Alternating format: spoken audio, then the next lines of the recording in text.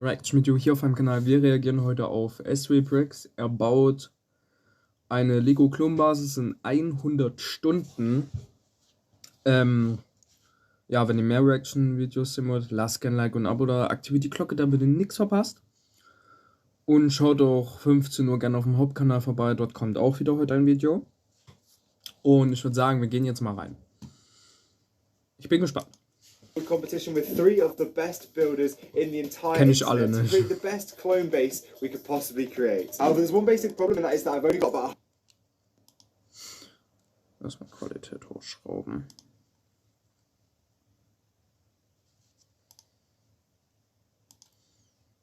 So, hours, aka about 4-ish days, to do all of the planning, all of the building, and everything for this entire challenge. So ich hätte yeah, auch it's schon gonna mal be echt tight. Bock, mir so ein Okay, so the basic riesen premise Ding of the so in challenge mein is that we picked Zimmer out zu ballern, ne? So aus 4 Platten so. Aber ich habe nicht genügend Teile dafür und ich habe auch keinen Bock, Teile zu bestellen. Das ist die Sache. Sonst hätte ich mir auch schon längst so eine riesige Basis mal in mein Zimmer geballert. Clone Legion each. I've gone with the 212. And we have 4 base plates worth of space to basically not only create the best looking clone base, Ja, ungefähr so but the wird es most ausmachen, so mit 4 von diesen Baseplates und dann irgendwas Geiles bauen. Entweder mit den Klonen oder Imperium. most defendable, and the most heavily armored base that we could possibly create before the end of the challenge. So now we enter the most important phase, stage 1, which is the planning. All I know so far is that my Legion is the 212 and my planet is Ryloth. So other than that, I have complete creative freedom to try and come up with as cool of a base as... Bloß was ich extrem schade finde, du findest heutzutage keine MOC-Videos mehr. Oder so gut wie kaum welche. Damals hast du Tausende gefunden, so richtig gute. Die misse ich total irgendwie auf YouTube. Oder dass man sich die nochmal angucken kann, weil ich finde sie nicht mehr.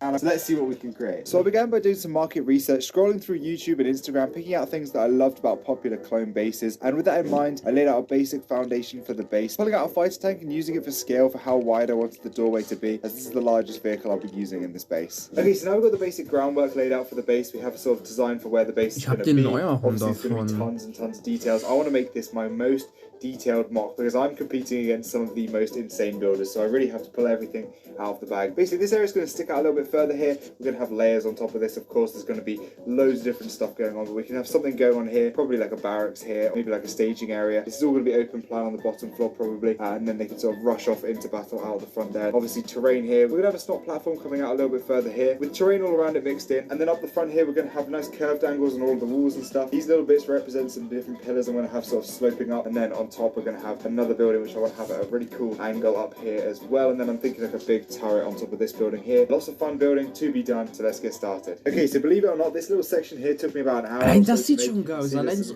ganz ehrlich, ich wäre viel zu blöd dazu, dass ich sowas bauen könnte.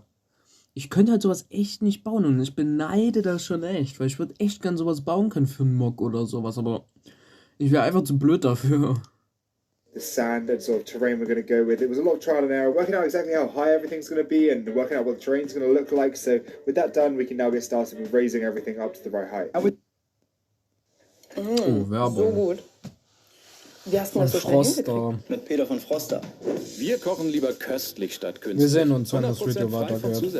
Das ist das Oh, ich kann überspringen. Nevermind. Working out exactly how high everything's going to be and working out what the terrain's going to look like. So with that done, we can now get started with raising everything up to the right height. And with that, the terrain work began. I laid up some of the terrain outside using some large plates on the inside to build up the internal floor of the base, adding in Allein das sieht schon so geil aus. pillars and continuing the terrain along the front. Jumping forward in time now, and the prototypes have been replaced with some more detailed supports, and a start has been made to the wall itself with rounded corners and lots of details. I continued this down the side, finishing off more of the internal floor across the base and building up a large snot entrance which just slides right into place, filling up this gap perfectly and sitting flush with the tiles. That was all I got done on day 1. With day 2, I began with some more terrain work, finishing off the border all the way around and then working on different patches of tan, nougat and olive green all the way across the front. I then quickly built up the archway to form the entrance to the base.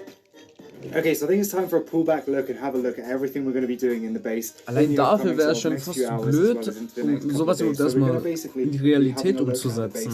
So we have the front area, of course, the walls that we've just built up in the previous segments here. Obviously, I'm going to be covering up the inside of these because ich gucke gern solche Mock-Videos, damit ich mir irgendwie so Ideen für Ereignisse holen kann, aber trotzdem, ich denke mir so, boah, krasse Idee, aber dann, ja, Arschlecken.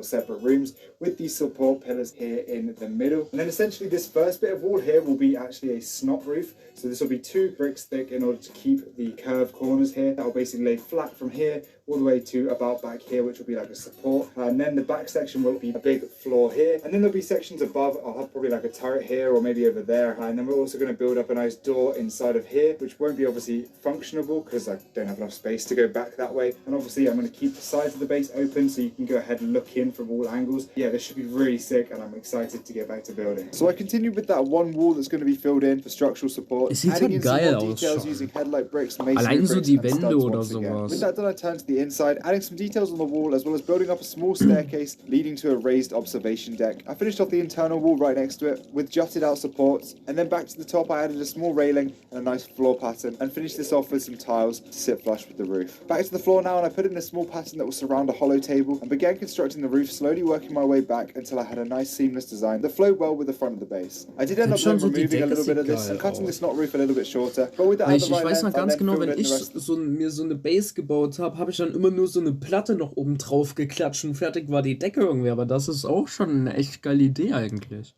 To be built upon in the future. Switching over to a door design now, and I built up a pair of dark bluish grey doors that would fit nicely into these gaps, and I think they look really reminiscent of Hoth and other bases from Star Wars. Now it was time to add some internal designs to the floor, such as this small ATRT station using a small orange ATRT I designed years ago, and adding a ladder leading up to it. I removed the snot entranceway because I'll be adding a lot more details to this later. Es gibt ja auch den von der 501. erst. Vielleicht hat er dort einfach nur die Farben gewechselt und an sich ein bisschen was umgebaut. Details, I finished off day 2 by turning back to the inside of the base and tiling off where the tank was going to sit, and then packing away everything ready for day 3. So we're going to go back to working here on day 3, beginning by building up a small communications table with a transparent clear clone trooper on top, followed by a few clear screens for the clones to work on, and adding a bunch of different cargo crates scattered around the base. I then constructed a small weapons rack, which I ended up flipping around as I thought it looked a little bit better. You can see a few thermal detonators scattered on the top and DC-15s clipped into the back. Next to where the fighter tank was going to be placed, I added a fuel station with a hose running from this box into the fighter tank itself. Now with those small details done, I continued tiling off the entranceway and began to work on some details for the snot platform. I've got to say this is probably my favourite part of the build, and I'm really happy with the way these details managed to come together with these large vent pieces and different tiles. You can see sliding this final piece in, it fits completely seamlessly and looks really, really satisfying with the mixture of angles and studs facing in 5 different directions. Adding the roof that we'd already completed back onto the base, I began work on an angled control room for the second floor. Using various different wedge plates, I managed to fully construct one side in the final moments of day 3. Okay, so day 4 is finally here. It's the last day of the challenge and we have to finish everything off today before we start to compete with the other boys. Now, there's not too much left to do. We've just basically got to finish off this control center up here and then finish off this second platform here and build a couple of weapons and we should be good to go. But it's going to be tight because I just know that this is going to take quite a while to finish off all these things. So fingers crossed we'll get everything done. So let's get started. The first thing I did was to change the wall slightly to raise up the windows and be slightly more on the eye line of the clone troopers. Following this, I built up the center section with a window and also added windows down the side. And now it's time to whip out the colourful plates again to fill in and reinforce the central floor section before adding some pillars to the walls and tiling off the floor. Next, the thing that I've been putting off for ages is the ceiling or roof of the area just to the left here. I finally created that large platform and did play around with the idea of using a gunship. However, this just looked way too big and didn't quite fit in this section, so I removed it, and sadly I didn't have any other real clone vehicles that would be good to use here, so I had to go back to plan B, adding a couple of fuel tanks in the centre here and then building up a giant turret inspired by a great builder named Realbist on Instagram, which can swivel 360 degrees and has loads of details, and the guns can even move up and down and shoot out any droid ships coming into the atmosphere. With that, I added some small... Ich finde, der Geschützturm erinnert sehr an die Imperialzeiten, also so an Rabbits und sowas, wo halt bei dem Funkturm, wo die dann quasi aber halt auch die Geschütztürme besetzen konnten, also wo sich ein Mann dahinter setzen konnte und das dann so. Daran erinnert mich das so ein bisschen, oder halt von The Bad Batch. Da gab es auch solche, also das erinnert mich sehr an die imperiale Zeit, ja. Like cargo crates, a small antenna, as well as a larger antenna over here on the side. And then I constructed a manned gun, which came together really nicely with dual barrels and a small tripod. Back onto the inside now, we finished tiling off everything, leaving some small areas of studs for where I wanted to add everything. Speaking of which, I added some screens on the sides, cool a hollow table this time with a map in the center, a couple more screens on the side, and a pair of weapon racks closest to the back. Down the center, I wanted to add a small area for the clones to relax, so I built a small table and added chairs around the outside for the clones to sit. And now I turn my attention transition to the outside, where I wanted to build another cannon. So I put together another small anti-aircraft gun, and I was thinking about adding it onto the front to stop intruders. However, it just didn't look right, so I added it back onto the top. All that was left to do now is to finish the roof of the control center. I added a couple of small details, and now our base is fully complete. Leaving only one thing left to do, the most fun part. Den grünen Part auch zu so einem blauen gemacht. War das dann komisch, wenn das... Oder das ist eine Luftabwehr, I don't know. Hab nicht richtig zugehört. The minifigures. Before I added the figures downstairs, however, I had to pry the roof off again. This was definitely a giant pain, and with hindsight, I wish I'd made this a lot easier. But with the roof finally off, Aber es sieht schon geil aus. Another couple gathered around the holo table, one heading up the stairs, a small patrol heading out on the move, and various others scattered around the lower section, receiving blasters, refueling the tank, climbing onto the AT-RT, standing guard outside, and returning from patrol. We even have this airborne trooper briefing a small squad on the next mission. There's nothing quite like a classic Lego clone base packed out with clones, but there's one more area we have to turn to, and that's the upstairs. We have clones again lining their screens and control panels. Obi-Wan, as well as Commander Cody, and another clone gathered around the holo map planning out the battle. Another standing guard, as well as a few with their helmets off, hydrating and chatting about the battles to come. I love the way this looks so busy in this upper section, with so many clones doing so many different jobs. And with that, the base is fully complete. Let me know what you think in the comments. I've got to be honest, I actually had 30 days to complete this challenge, but I put this off way too long, so I ended up only with about 4 days, and I'm actually pretty happy with the amount we managed to create in just under 100 hours. If you want to see what the other guys built, check out the playlist that's popping up on your screen now with all of their videos. And if you want to support me and vote for my clone base... Also ich muss schon sagen, es sieht schon echt geil aus und da sind noch geile Bautakte, Bauideen, wie man es auch immer nennen mag. Aber gut, wenn ihr mehr Reaction-Videos sehen wollt, lasst gerne ein Like und ein Abo da, aktiviert die Glocke. Und wir sehen uns heute auch nochmal 15 Uhr auf dem Hauptkanal. Dort kommt auch wieder ein Video. Bis dahin, ciao.